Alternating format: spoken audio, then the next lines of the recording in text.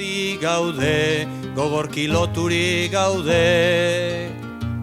Gizonak bat... Hasteko komentatzea, nire ponentziaren lehenengo zatia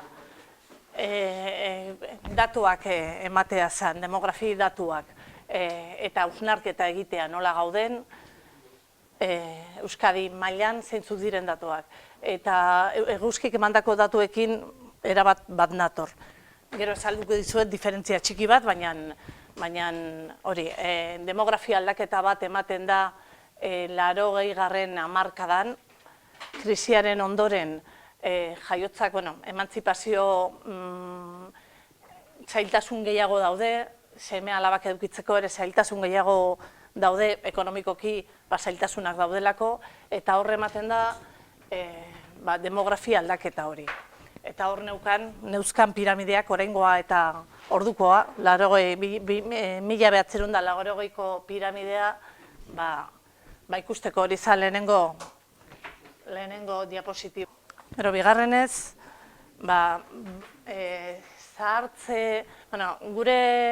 gure gizartean geroz eta zarragoak egiten gara, gehiago bizi gara. Hori pozgarria da edo ongarria guretzat, baina beste eguzkik esan duen arazoa sortzen du.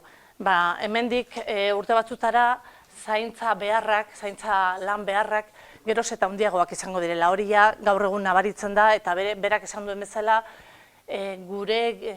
gure emakumeek edo emakume eta gizonek ez dutenez orain lan hori egiten, kanpotik etortzen zaizkigu lan hori egitera. Orain dauzkagun datuak adibidez dira, Hego Ameriketatik etortzen diren emakumeen 80% baino gehiago lanean ari direla, zaintza lanetan ari direla. Batzuk kontratuekin eta hori ere, hortan berak esan duen bezala lan bat egin nahi izan da eta horretan dabiltza gizarte zerbitzu zuzendaritzatik hori nolabait erregulatu nahian. Bizi itxaropena datuak hor zeuden, 1976 urtetik gizonezkoak 1976 urtean 69-70 urtekin hiltzen ziren. Eta momentu honetan, 80 urte baino gehiagorekin, 80,4 urte bizi dira. Gaur egun Euskal Herrian jaiotako mutiko bat, 80,4 urteetako bizitza esperantza dauka. Eta emakumeen bizitza esperantza 86,3koa da. 40 urte hauetan, diferentzia hori, gizonezkoen eta emakumezkoen arteko diferentzia hori murriztu egin da. Dexente murriztu da. 5,9 urtera gutxitu da. Eta azken datua hemen nahi nuena jaiotze datuari buruzkoa da.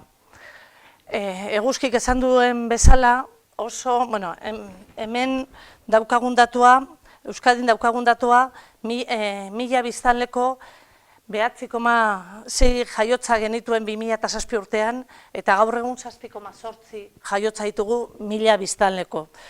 Europako erresumetatik, berak esan du 3 dauzkagula atzetik, eta gaur egungo datua da Italia dagoela bakarrikan gure atzetik. Oso datu kezkagarriak. Hor ikusten duzue piramide aldaketa, 1980 urtean geneukan piramidea eta gaur egun daukaguna. 2018an, iazko piramidea. Hor argi ikusten da, alde batetik gehiago bizi garela, baina beste aldetik ere jaiotzak asko murriztu direla. Hemen ikusten dugu bizi itxaropena nola igo den, 1976 urtetik orain arte. Eta hauek azkar pasako ditut. Horretarako Eusko Jaurlaritzak zaintza arloan eta zahartze arloan bi estrategia jarri ditu martxan. Bata zahartze aktiborako estrategia, 2005-2000 2015-2020 hori gaizki dago, datori gaizki dago, eta 3 ardatz ditu, gizartea zahartzarora egokitzea, hobeto sartzea, eta adiskidetasuna eta parte hartzea ongizatearen gizartea eraikitzea. Geroz eta urte gehiago bizi garenez, erronka da hobe bizitzea. Geroz eta bizitza kalitate hobea edukitzea eta horren inguruan doa estrategia hori. Eta baita ere lantzen ari dira momentu honetan, eta bi hauek gizarte zerbitzu zuzendaritzatik lantzen ari dira, ez dira nire zuzendaritzakoak eta ez naiz hauetaz arituko. Zaintza ez profesionalak babeseko estrategia soziosanitarioa. Gizarte erakundeekin batera lantzen ari dira. Hemen ikusten dugu jaiotze tasa 2017 eta hemen ikusten dugunez, hau da gure datua, Euskal Erkidegoko datua.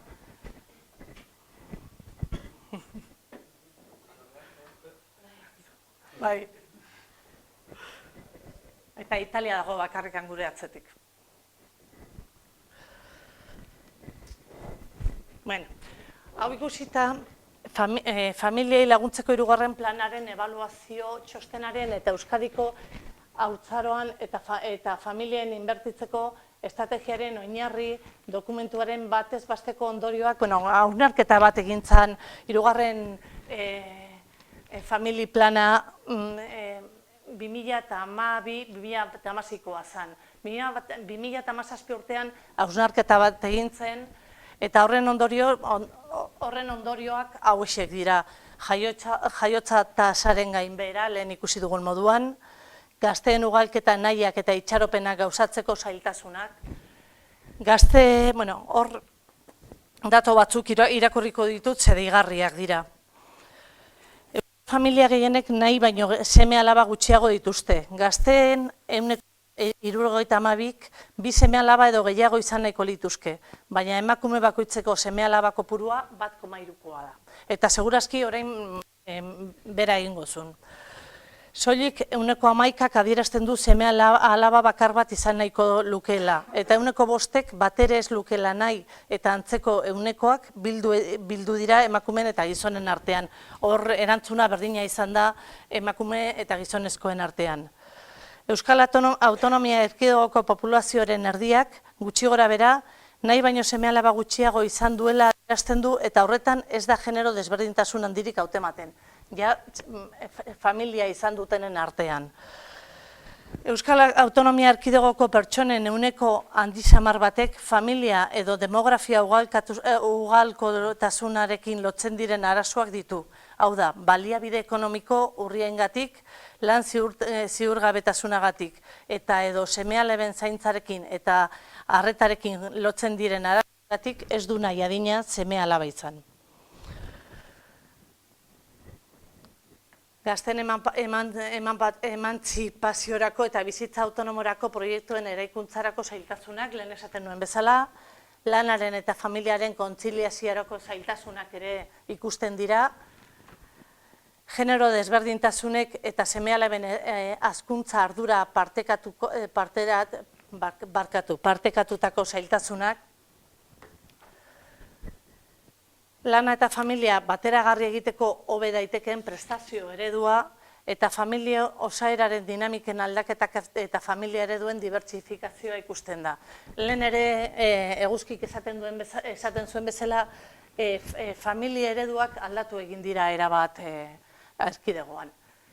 Geroz eta gehiago daude ama bakarra duten familiak, 2 emakumezko dituzten familiak edo 2 gizonezko ere. Eta hori ere kontutan eduki behar zen gure politiketan.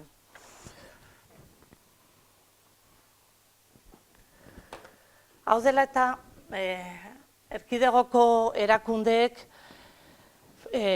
bai Eusko Jaurlaritzak, bai 3 herrialdetako foru aldundiek eta udalek ere, eudel beraien elkarteen bidez, euskal familiaren eta haurtzaroaren aldeko euskal ituna sinatu genuen 2018an, hasieran, martxoan, 2018ko martxoan. Itun horrekin zahartzeari eta jaiotza tasa sustatzeko beharrei aurre egiten dieten politika sozial eta demografikoa garatzeko erronka aitortzen genuen, familien garrantzia harreman humano eta gizarte hezkuntzarako ardatz gisa onartu, ardura familiarrak dituzten pertsonentzat eta familiak osatu nahi dituztenentzat erraztaile izango diren politiken alde egiteagatik jotzen genuen. Eta konpromezu hauek familia laguntzeko erakunde arteko 2018-2020 aldirako laugarren planean burutzen ari da.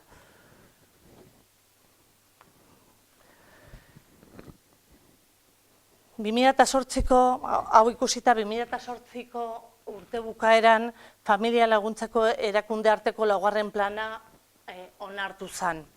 Bere helburuak plana familien eta haurren arteko euskal ituna epe labur bat eta ertainen gauzatzea da. Lehenengo helburua, 3 erronka horiek garatzea. 2 elementutan zentratutako plana da. Familia ugalketarako oztopoak murriztea eta desberdintasun prebentzioa. Hori da, umeek jasaten dituzten desberdintasun horiek prebentzioa aurre egitea eta horretan ere ekintza konkretoak aurrera eramatea. Planak seme-alabak dituzten familiak ditu ardatz eta seme-alabekin edo horrekin zerikusi zuzenik ez duten beste familia behar batzuk ere jorratzen ditu. Familia aniztasuna, tratu berdintasuna eta diskriminaziorik eza onartu eta babestu nahi dugu plan honekin.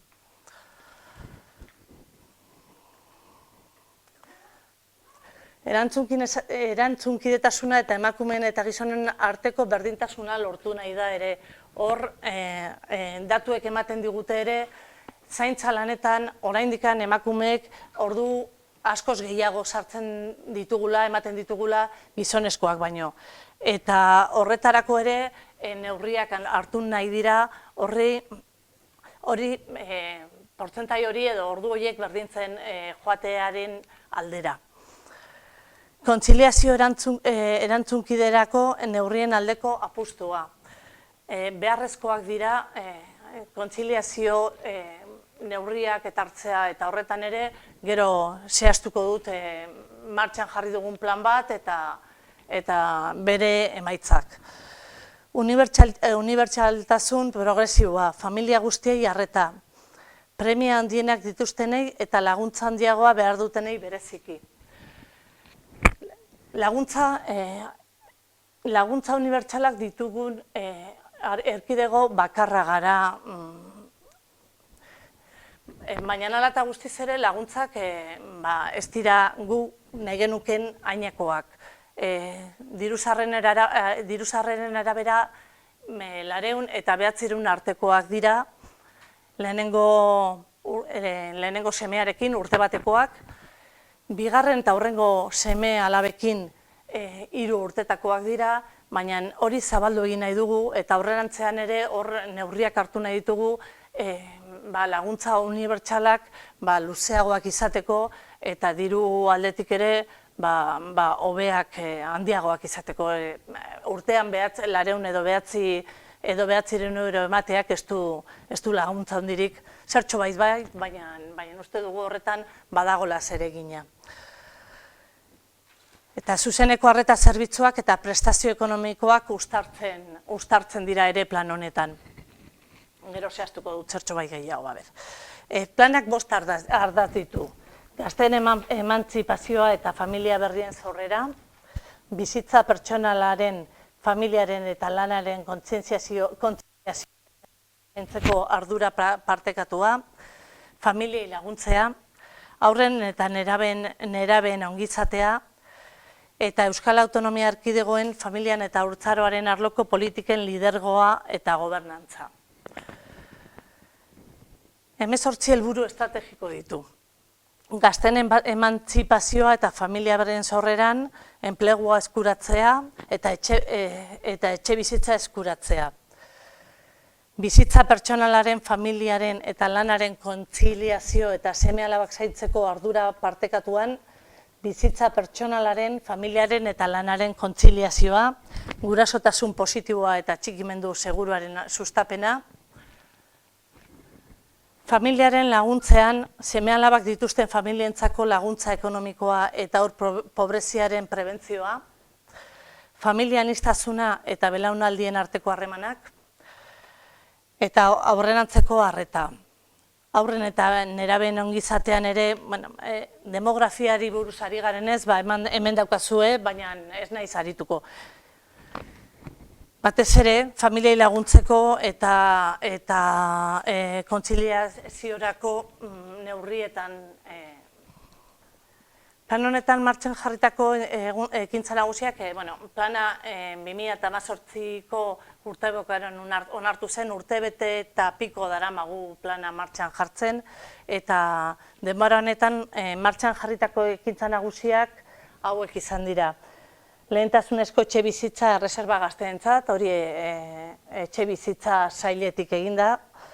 Gazteek merkatu pribatuan alokairuko etxe bizitza eskura dezaten laguntzea, Gaztelagun programaren esparruan ematen den prestazio ekonomikoa baten bidez.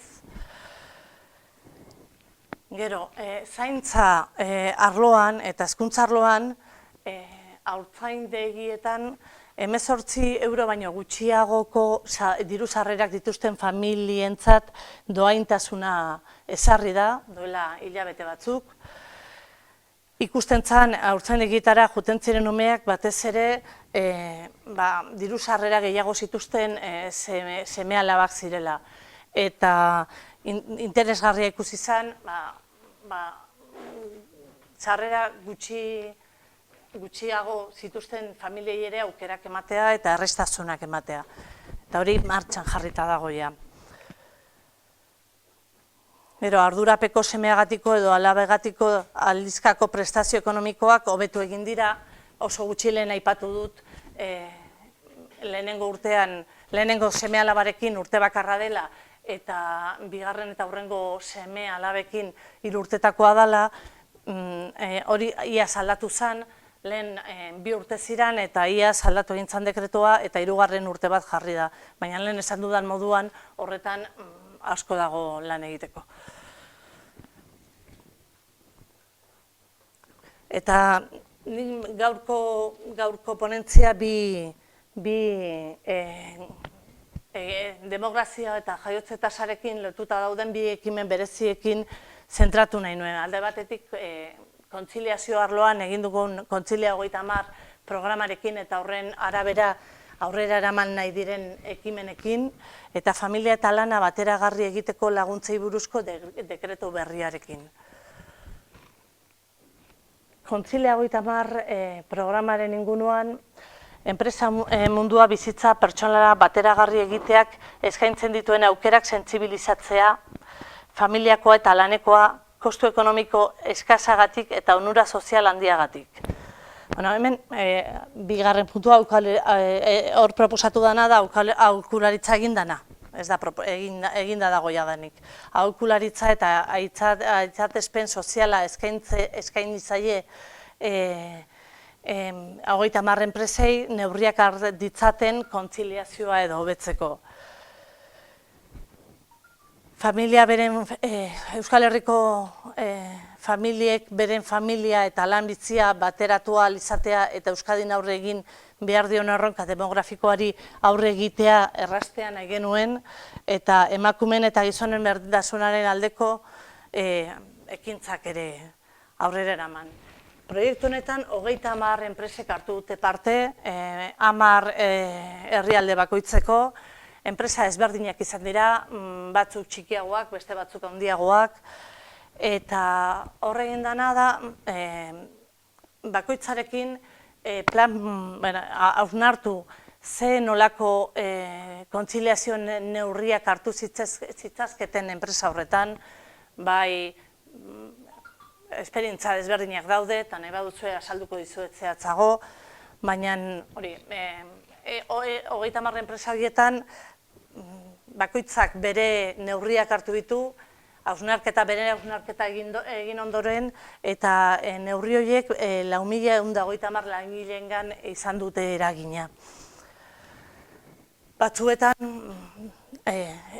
adibidez, zaintza enpresa erresidentzi batetan, erabaki zuten zaila zeukaten neurriak hartzea, zeren eta arreta eduki behar dute, eman behar dute 24 ordutan, eta erabaki zutena bai gerentzia eta langileekin batera izan zen turnoak egokitzea. Egin dutena izan da 8 ordutako turnoak egin beharrean 12 ordutakoak egiten dituzte, eta orduan festa egun edo jai egun gehiago dituzte. Guztietan langileekin batera egin dire ekimenak, beste batzutan izan da telelana martxan jartzea, etxetik lan egiteko neurriak martxan jartzea, hori ezin da enpresa askotan egin, baina zerbitzu enpresa batzuetan, proiektuak eta garatzen dituzten enpresetan posiblea da, eta erantzun emaitza onak egon dira. Beste batetan adibidez, goiz arratsaldeko txanda zeukaten eta moldatu egin dute, goizez lan egiten dute langile gehienek, batzuk arratsaldez egiten, oso gutxi batzuk arratsaldez egiten duten bitartean txandakatu egin dira. Eta enpresak esaten zigun, eta esperientziarik, enpresa handia da, eta esperientziarik agian baikorrena edo izan da, zeren eta langileak oso gustora zeuden udan hasi dira goizeko txanda horietan, eta arratsalde osoa gelditzen zitzaien libre, eta enpresaren aldetik konturatu dira horrez gain zerbitzu ordu gehiago eman ditzasketela. 6 arte ematen zuten zerbitzua, eta orain 8 arte jarri dute zerbitzu hori. Naiz eta langile gutxiagokin egin, posiblea izan da hori aurrera eramatea. Horretan ere, proiektu hori martxan jarri dugu, baina orain egin da lan individual bat, eta gero 4 saio ere kolektiboak, beraien arteko hausnarketa ere eduki zezaten, eta besteek egiten zutena jakin zezaten.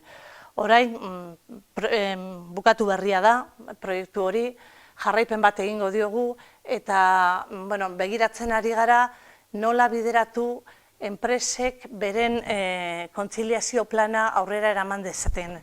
Diru laguntzak esarri, sariak edo esarri ere urteko kontziliazio arloan neurri berrienak edo aurrera eramaten dituztenei sarrerak, sariak esarri, horretan ari gara momentu honetan, baina arlo horretan aurrera jarraitu nahi dugu lanean. Gero beste alde,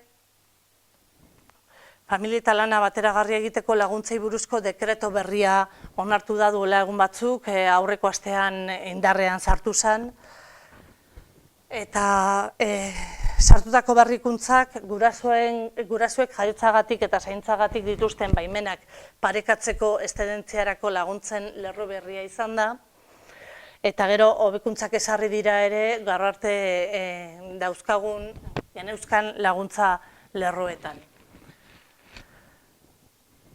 Laguntza berri honetan, lortu nahi bi lerro edo bi helburu lortu nahi genuen. Alde batetik adingabea gehiago babestea, gurasoen eta haurren arteko lotura sendoa ezartzen bada, lotura horiei haurtzaroan eta norabezean eutxiko zaie. Eta babes egileak izango dira etorkizuneko arrisku egoeren aurrean. Gure azterketen arabera, edo ez bakarrik gure adituen azterketen arabera, zenbat eta txikiagotan guraso eta seme-alaben arteko lotura ezarri, geroz eta gehiago mantentzen da urteetan zehar. Eta hori indartu nahi genuen, amarekin,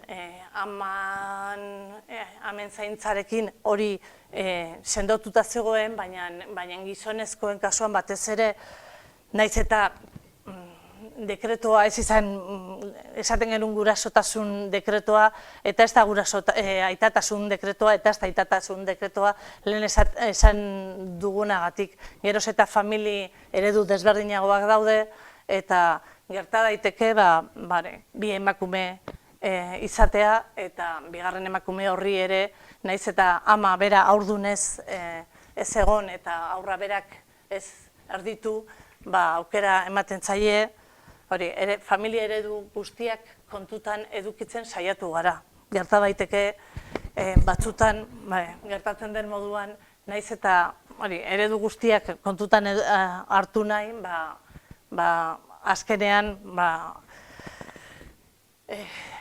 posible izan ez izatea.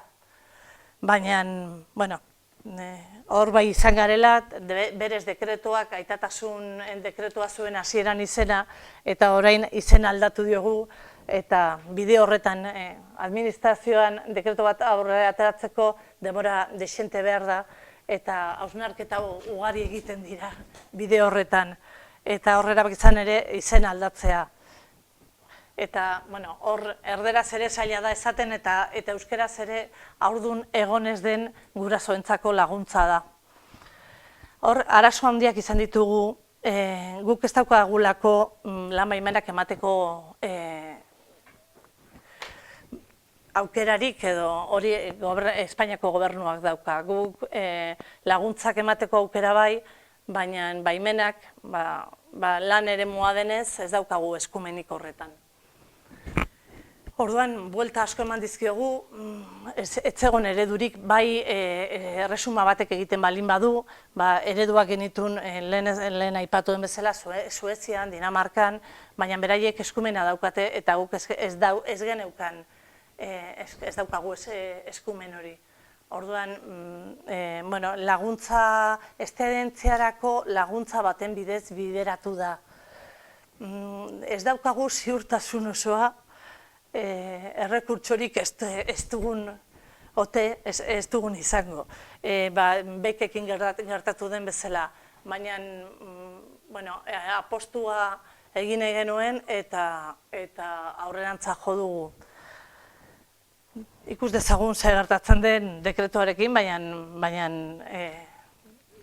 bideratuko dugu nolabait, bideratu dugu eta bideratuko dugu laguntza emateko modua.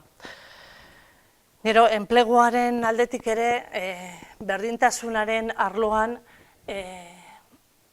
berdintasun hori bideratzeko edo lortzeko ekimen garrantzitsua zela uste genuen. Emakumea lan arloan diskriminatuta dago oraindik ere, eta lehen aipatu nire aurretik hitz egin duten guztiek edo batzuk behintzat aipatu dute, batez ere amatasun baimen horrengatik. Horren gizonezkoek ere lan baimena, eszedentzia hartzen balin badute, 16 aste horiek hartzen balin badituzte, uste dugu bidean gaudela diskriminazio horri aurre egiteko edo behintzat gutxitzeko. Oraindik ez dakigu zer erantzun izango duen, zenbatek eskatuko duten, baina bide horretan urrats garrantzitsua zela pentsatzen genuen eta bi bide horretan. Zaintza lanetan aitaren eta inplikazioa lortzeko eta bai berdintasun arloan ere. Nori zuzentzen zaio laguntza? Entzungo zenuten bezala, funtzionarioek, erkidegoko funtzionarioek badute, enpresek badute aukera beraien langileei baimena emateko. Eusko Jaurlaritzak erabaki zuen bere langileei 18 astetako baimena ematea. Lehen esan dudanez, guk ez genuen aukera eremu pribatuan martxan jartzeko. Eta laguntza eremu pribaturako zuzendu dugu, Euskal Erkidegoko administrazio guztiekin hitz eginda dago, batzuk martxan jarri duteia baimen hori, adibidez Eusko Jaurlaritzak edo Gipuzkoa eta Bizkaiko aldundiek, udal batzuk ere eta besteak ere bidean daude. Bai Arabako Foru Aldundia, bai beste udalak ere bidean daude, baimen horiek martxan jartzeko. Laguntza guk bideratzen diogu eremu pribatuko langileei, besteen kontuko langileei, langile autonomoei, eta orain arte ez da, hau hildo berri bada, orain arte laguntzak eremu langile autonomoi ez zeuden bideratuta beraientzat, hor arazo badago, eta da ez daukatela eszedentziarako eskubiderik, orduan hor baldintzatu egin dugu langile bat kontratatu behar dute beraien lanak egiteko. Horrela ziurtatzen dugu, nolabait eszedentzia edo hartzen dutela edo bere umea zaintzen arituko direla. Eta gero langile bazkide kooperatibistei ere, barkatu.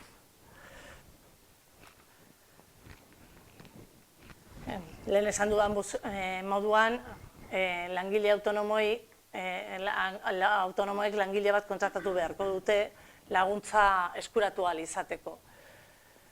Laguntzaren zenbatekoa, laguntza izango da, eszedentzia hartu aurreko hilabetean izandako irabaziak. Langile bazkide kooperatibistek bi segurantza dituzte eta orduan biak hartuko dira kontutan. Eszedentziak iraun bitartean kotizazio ogaria gizarte segurantzak egiten du. Orduan hor ez da ematen ez dela gizarte segurantzarik kotizazio bat egiten, kotizazioa mantendu egiten da naiz eta eszedentzian egon. Eta hor ere, naiz eta esarri laguntza kotizazioa aurreko hilabeteko kotizazioa izango dela, laguntza bat denez ez du errentan kontutan hartzen. Errenta egiterakoan, amatasun laguntzak bezala ez dira kontutan hartzen. Funtzionarioek adibidez, lan baimena denez eta soldata denez kobratuko dutena errentan kotizatu egiten du, eta enpresa pribatuan edo autonomoen kasuan, edo kooperatibisten kasuan, ez dute errentan deklaratu behar izango diru laguntza hori. Ez daukate IRPF-ean murrizpen hori izango.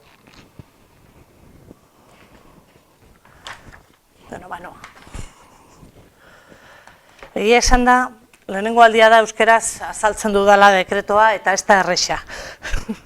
Ohituta gaude erderaz azaltzen eta zaila egiten zait euskeraz egitea naiz eta euskalduna izan. Zein da helburua? Guraso biek 16 aste izatea seme edo alaba zaintzeko, haren bizitzako lehen urtean. Betidanik izan behar da lehen urtean. Eta hemen beste diferentzi, edo funtzionarioekin beste alde bat. Funtzionarioekin ezarri da lehenengo 18 astetan izan behar duela, amak duen bezala. Eta ordez, enpresa pribatuan, kooperatibistek edo autonomoek lehenengo urtean hartzeko aukera izango dute. Hartzen den denbora, gizarte segurantzaren baimena eta 16 asteko diferentzia da. Desgaitasuna duen semeren edo alabaren kasuan 17 aste, eta guraso bakarreko familiek, guraso batek bakarrik duenez ardura, ez dagolako besterik, 24 asteko diferentzia kontutan hartzen da. Eta hor, beste alde bat funtzionarioekin. Funtzionarioak naiz eta famili bakarreko gurasoa izan 18 aste dituzte. Orduan, enpresa pribatuan baldintza hobeagoak izango dituzte. Laguntzak jasatzeko baldintzak, Euskal Autonomia Erkidegoko bizilekua, horra bat falta da izatea, eta bertako erroldaren aintzinatasuna urtebetekoa izatea, eta seme edo alabarekin erroldatuta egotea. urte bateko errolda ez badago, onartzen da azken 10 urtetan 5 urte jarraian erroldatuta egon izana, gizarte segurantzako laguntza agortuta edukitzea, guraso ez eskatzaileak, hau da, haurdun egon den amak edo lanean aritzea, eta hor 2 salbuespen daude, baimendu egiten da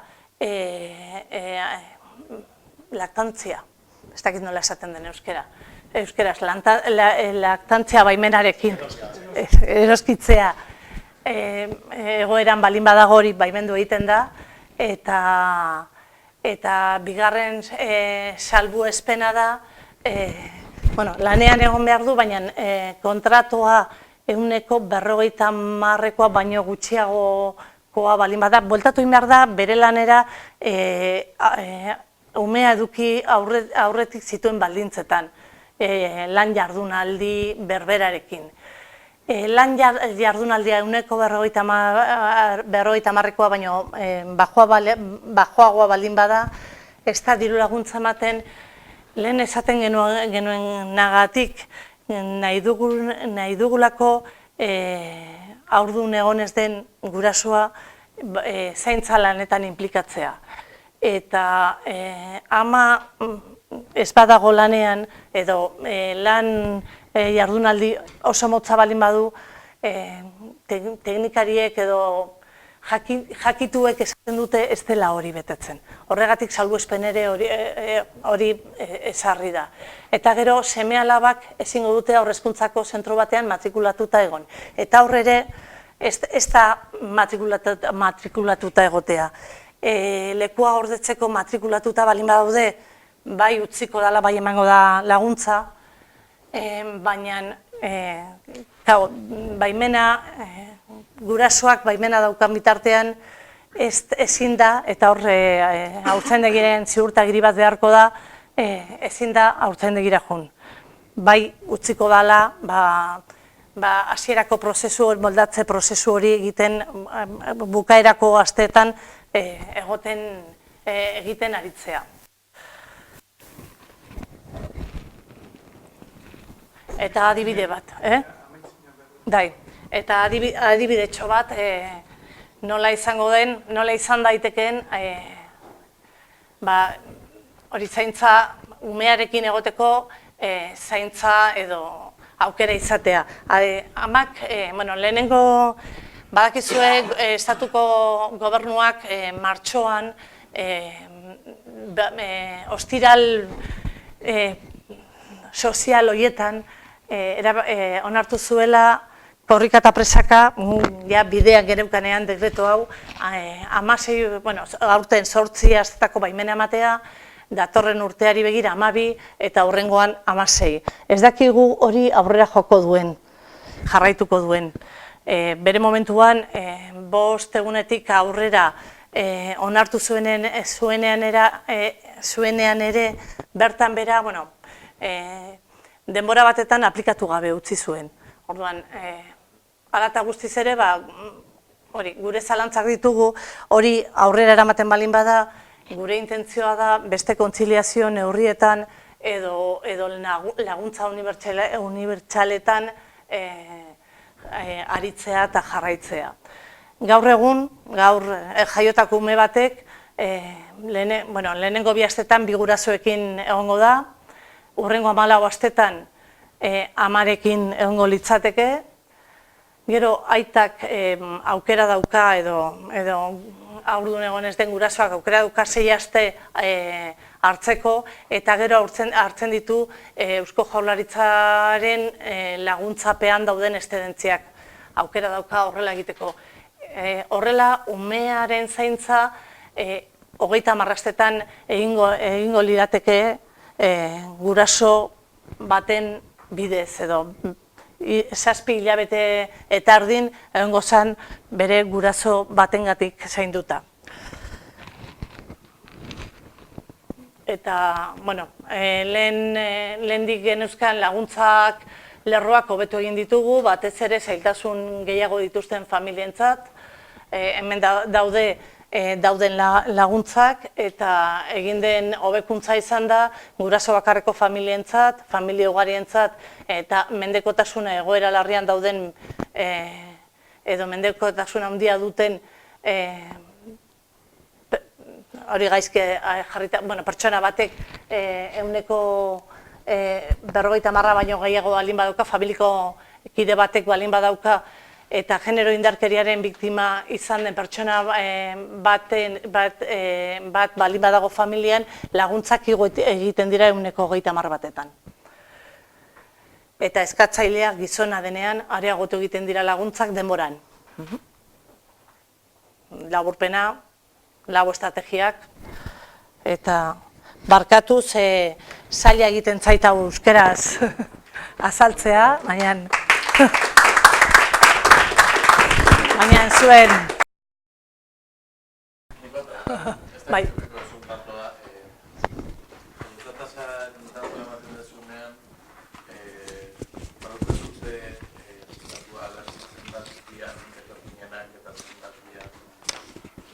Ba, hemen ez daukat.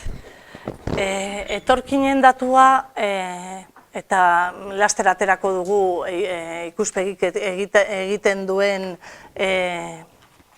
azterlana edo, 12% inguru dago. Egia da, ume gehiago edukitzen dituztela, eta segurenik jaiotze datu horretan gehiago izango direla etorkinak hemengoak baino. Oin hilabete edo legebiltzarrean Urkullu lehendakariak argi adierazi zuen herri honen erronka estrategikoen artean lehenengo moduan kokatu zuen demografia. Hori berez nik uste dut oso importantea dela eta alogarria behintzat kontziente danok izateko. Hor alde batetik demografia izan zuen eta ez jaiotza tasa. Demografian barne faktoreak eta kanpo faktoreak dagoz, jaiotza tasa da bat, eta bestea da, hori migrazioa. Bai. Eta hori zugazki euskararentzat importantiagoa dela, jaiotza tasa baino. Hori alde batetik. Bestaletik, lehendakariak esan zuen, okerrez banago, presupueston aldetik, aurrekonten aldetik bideratuko litzakela behar den diru kopurua, eta gero eta handiago izango dela, helburuak bete arte edo. Horrekin adierazten izan bebai, hasierako neurrietatik ez dela asko espero behar.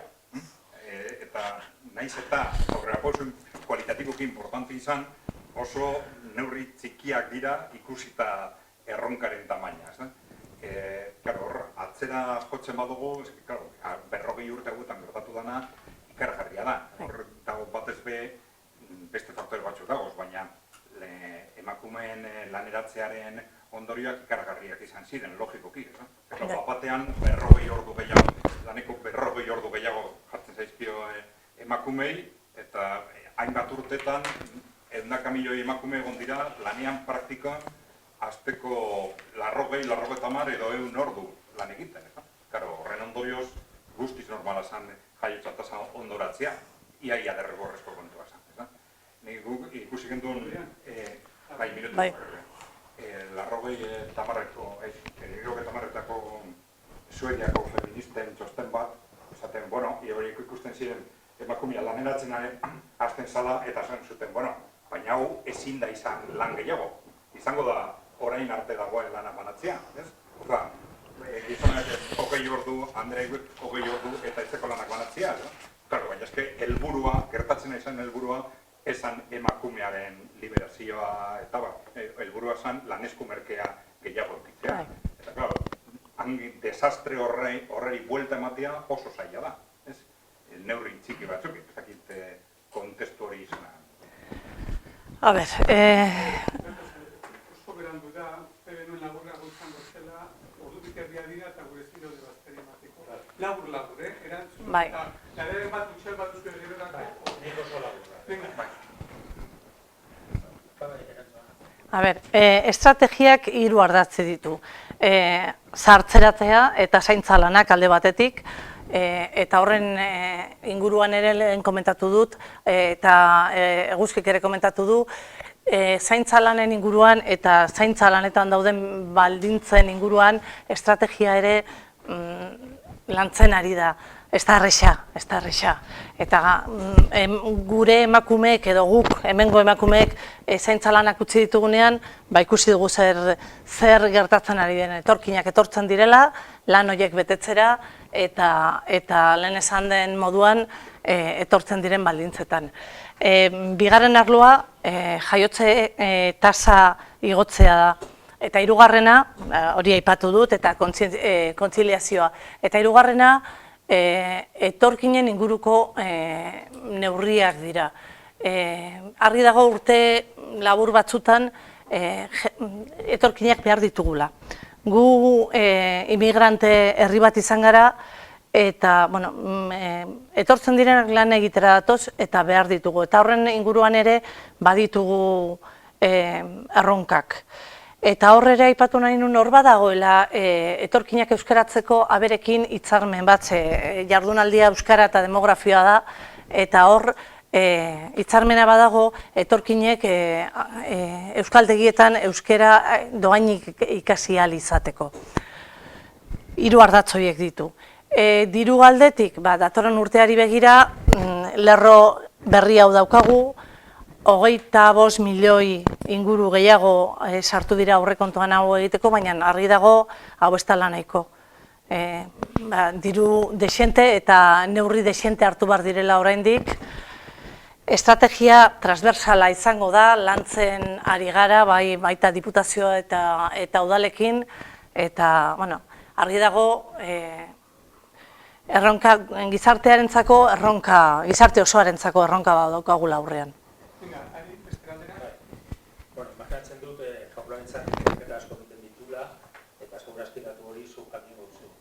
Zein da oztopo nagusia edo faktore nagusia jaiotze tasa handitzea dagozten duena? Edo beste modu batean esan da, zein da gazteen oztopo nagusia seme-alaba gehiago edukitzeko?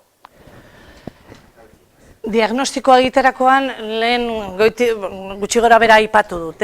Eragozpenak ziren batez ere independizatzeko arazoak, etxe bizitza, lan baldintza egokiak, beste alde ere lanean aritzean kontziliazio arazoak, horiek ziren batez ere. Ez, guztiak ateratzen ziren, ez da bataz bestekoa baino gehiago, bi horiek batez ere. Eta kultura aldetik ere, kultur aldaketa bat ere badago. Erosotasun bizi nahi izana hori ere ateratzen da azterketetan. Batzuk nahiago dute txakur bat izatea, ume bat izatea baino.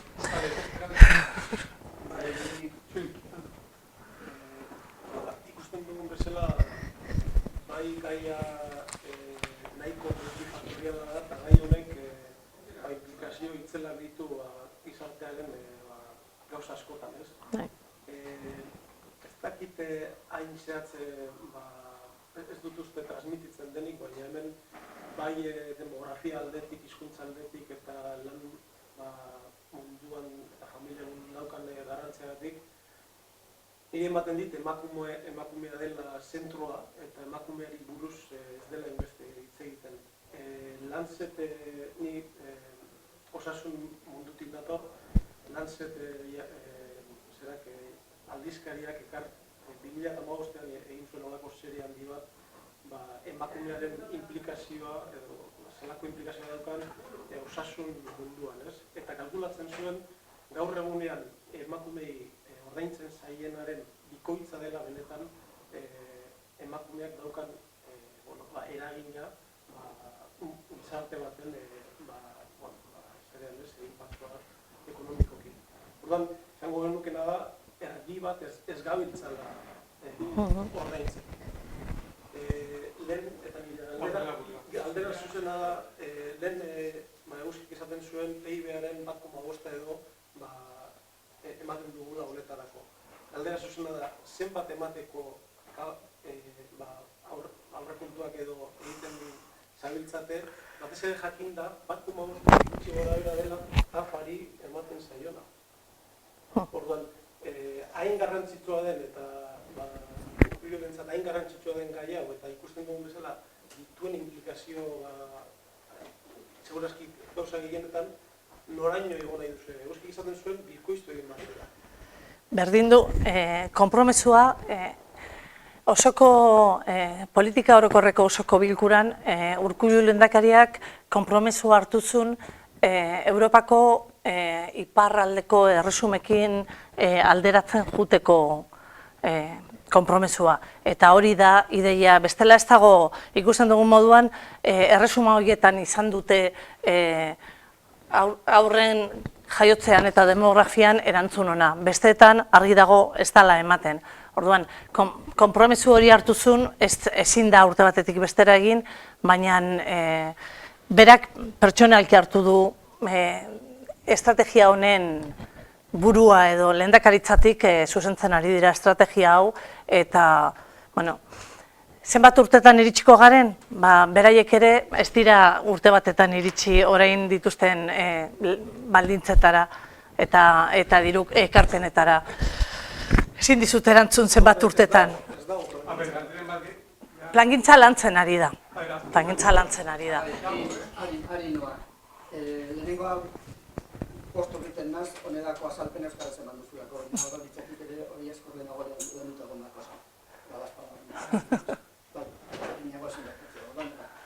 gero aipatu duzu gurasotasun dekretua. Bai. Aipatu duzu ere aurdun egon ez diren gurasoentzako laguntza. Orduan kontu zibiltzeko erabiltzen ditugu hitzekin zen ere guraso izatearen definizioa zehaztu behar da, eta gurasoak ez dira lagun pare bat, Txinara joan, mutiko pare bat, neska pare bat ekarri naiz eta oso ongarria izan txinatar horientzat, hori ez da familia bat. Hori nahi badugu, familia bat daitu dezakegu, edo beste modu. Familia berez datozen elkartzen ditugun seme-alabentzako eta gurasoenko kontua. Naiz eta horrekin izango doz. Hor usten dut, ez zuzen ez da behatzeko retorriakako. Bestetik familia motak eta familia ere.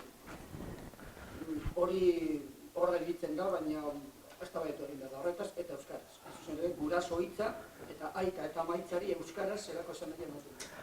Haurdun, egon ez den gurasoarentzako laguntza itzulpen hori isok egin digu. Isok egin digu, itzulpena berez guk esaten genuen, egia esan ez du gogoratzen hasieran nola aipatzen genuen, eta egin ziguten itzultzaileek, Eusko Jaurlaritzako itzultzaileek.